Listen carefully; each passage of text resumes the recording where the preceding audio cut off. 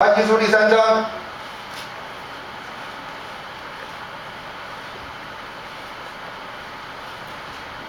第3章的第8节，3章8节，这是上帝用问答的方式来问。你看3章8节说：“人岂可夺取神之物呢？你们竟夺取我的供物。”这是上帝说的，上帝是对神的选民说：“你们竟夺取我的供物，你们却说我们在何事上夺取你的供物呢？”上帝说：“就是你们在当纳的1/10和当献的供物上。”所以1/10是当纳的税，还有其他是当献的、当奉献的一些礼物供物。然后呢，你们通国的人，你们全教会的人，然后呢，都夺取我的供物了。我们都没有把当纳的献给神，而且有好多人，是他的确有奉献1/10的心智跟行动，可是他把1/10是自由分配。也就是我把假定1个月赚5000块，他500块钱怎么样？100块钱奉献给某一个神学院，100块钱奉献给某一个孤儿院，100块钱奉献给每一个这个精神病院，另外100块钱奉献给这个老人院，然后100块钱留着奉献给自己教会。请问1/10可以这样自由预配、自由支配吗？可以吗？不行，不行，按照圣经上说是不行的。圣经上说，这1/10是归入神的家，要使神的家有粮。神的家有粮之后呢，就可以去关心穷人、关心家人、关心仆人。所以神告诉我们，一切的金钱乃是神给我们人奉献的恩典。耶稣基督讲了很多的比喻，几乎有一半的比喻是跟金钱有关系。而且耶稣基督当他在圣殿里面的时候呢，还特别观察这个人奉献多少，那个人奉献多少。大家知道这个故事吧？对不对？耶稣基督观察到说，哇，有一个财主奉献好多钱啊，结果呢，有另外一个穷寡妇丢了2个小钱。有耶稣基督就讲到了，他说：“你们以为这2个人谁奉献多？寡妇的。大部分人都说，当然是那个奉献一大笔钞票的人多呀。”耶稣说什么 ？No， 耶稣说是这个只奉献2个小钱的人奉献多。为什么呢？因为他是把他养生的都奉上，所有人都奉献了。那个富豪呢，只奉献9牛1毛而已。所以耶稣基督他非常看重一个人到底有没有信心。到底灵命高不高，灵命好不好，就是看他如何来处理金钱。所以耶稣非常关心人如何来面对金钱。耶稣说，我们不要贪财，但是我们要理财。你不理财，财不理你。去年我3月份在这里再三讲说，如果大家有余钱，可以去买什么？大家知道吗？黄金。我去年3月份一直在讲说，你们有钱的话，我鼓励你们去买黄金。结果，如果你们当年买黄金或买黄金股票的话，你们现在涨多少了？哇，实在是可能涨了3倍、5倍、8倍、10倍都有可能，对不对？所以求主帮助我们，给我们智慧。但是呢，我们晓得经济财税呢，需要有收入。收入神说1/10是当纳的，不可少，人人当纳的，不能自由支配的。是由摩西的团队领导人去支配。那教会是由教会的同工执行同工来支配，来运用多少钱捐给谁，多少钱帮助谁，多少钱去救助穷人等等。所以教会如果人人都有1/10的话呢，那你说整个社区会如何？发现这个教会怎么样？有爱，这个教会有光，这个教会有能力，教会附近就没有任何灾民跟饥民了，对不对？所以今天肯奉献1/10的人少之又少。所以求主帮助我们，这些支出呢，收入就要有支出，支出我们刚刚强调的，民数记告诉我们，有很多神规定的支出范围。像我们现在楼下有那个自由的午餐奉献，我们过去是1个月一次是150块钱，那现在是1个月230块钱。结果呢，你看假定1个人奉献3000块，他有薪1/10，他就拿出300块钱奉献，1个月300块钱。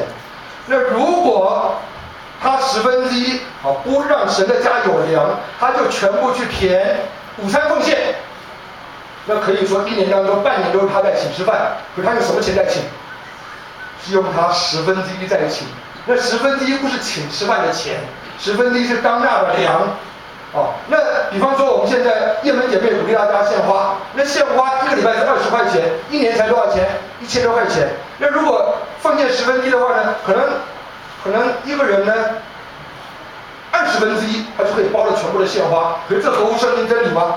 也不合乎圣经真理。所以这些支出项目呢，都要求主让当年的摩西的领导团队，那现在的同工团队一起祷告寻求，到底该如何做最有智慧的、有效率的、荣耀上帝的、能够服侍人的、见证神的这样一个支出方式。所以求主帮助我们，摩西五经其实都是真理。不单是写给3500年前的神的选民看，也是写给我们现在的人看。我们来看罗马书的第15章来做结论了。罗马书15章告诉我们，圣经不是写给当年的人，圣经是写给我们现在的人。罗马书第15章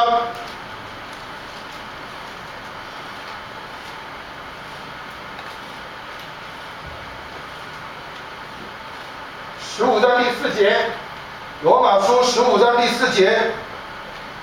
好，请念：从前所写的圣经都是为教训我们写的。好，所以圣经不是单单教训当年的旧约的选民，也是教训我们目前新约的选民，叫我们因圣经所生的忍耐和安慰，可以得着盼望。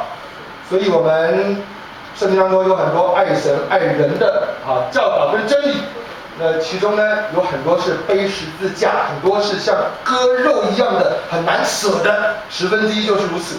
辛苦挣的钱1/10给上帝，对不对？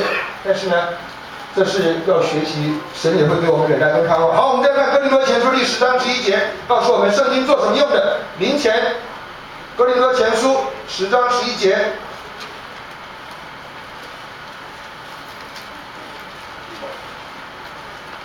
好，请念11节。好，请念。他们遭遇这些事，都要作为见解，并且写在经上，正是警戒我们这末世的人。所以如今是耶稣基督快要来结束世界的末世，所以末世的人对于圣经的真理，我们更要领受，更要遵行。好，再看提摩太后书3章16节。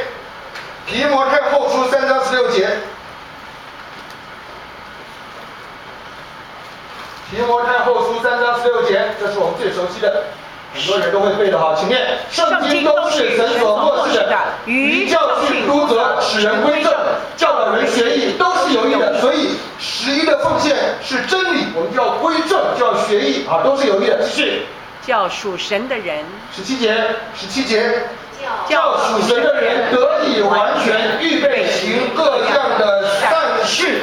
我们都记得耶稣基督在被钉十字架之前呢，有一个女人把她多年来的积蓄，要做嫁妆的金拿达香膏，真的最宝贵的，真的拿达香膏，打碎之后呢，涂抹在耶稣的身上。旁边的人看着觉得浪费啊，可惜啊，你可以把这个真拿达香膏变卖当掉之后呢，拿钱去帮助穷人，干嘛？把它打碎，抹在耶稣身上。而且耶稣基督这个到底如何，有什么价值啊？可是耶稣基督如何回应？耶稣说：“这个人把玉瓶香膏打碎，抹在我身上，他所做的是一件美事，是一件美事啊，可以说是一件善事啊。所以用在耶稣基督身上，用在耶稣基督的教会，所有的投资，所有的金钱，都不是浪费，都是美事。大家说，都是美事，都是美事。求主帮助我们，神的家有神的人，神的人需要做神的工，神的人需要什么？海撒的物归给海撒，神的物归给神。求主帮助我们。摩西五经提到666，是用777的原则告诉我们宗教一个原则，十字架流出宝血，舍己；政治呢也要舍己去爱神爱人，经济呢也是要舍掉1/10，而且现在有很多人爱主，他不是奉献10分之一，他奉献2/10、3/10、4/4、5/5。刘志雄告诉我们，他说有一天有一个教会有一个弟兄跑到教会去说，他说我的教会常常讲1/10，我不想待在那个教会了。你们这个教会讲不讲1/10啊？刘志雄长老说，对不起，我们不讲1/10，可是我们这个教会讲10%的奉献。把生命一切全然奉献，哇！所以这是一个更高的标准。的确有很多这样的人，我们只要看很多的欧洲、美洲的宣教士，请问当年他们来中国奉献几分之几10%。只有10%吗？奉献100%，全部的家当、全部的财产卖了，献给中国，连自己的血、自己的命、自己的子子孙孙，全然为中国奉献。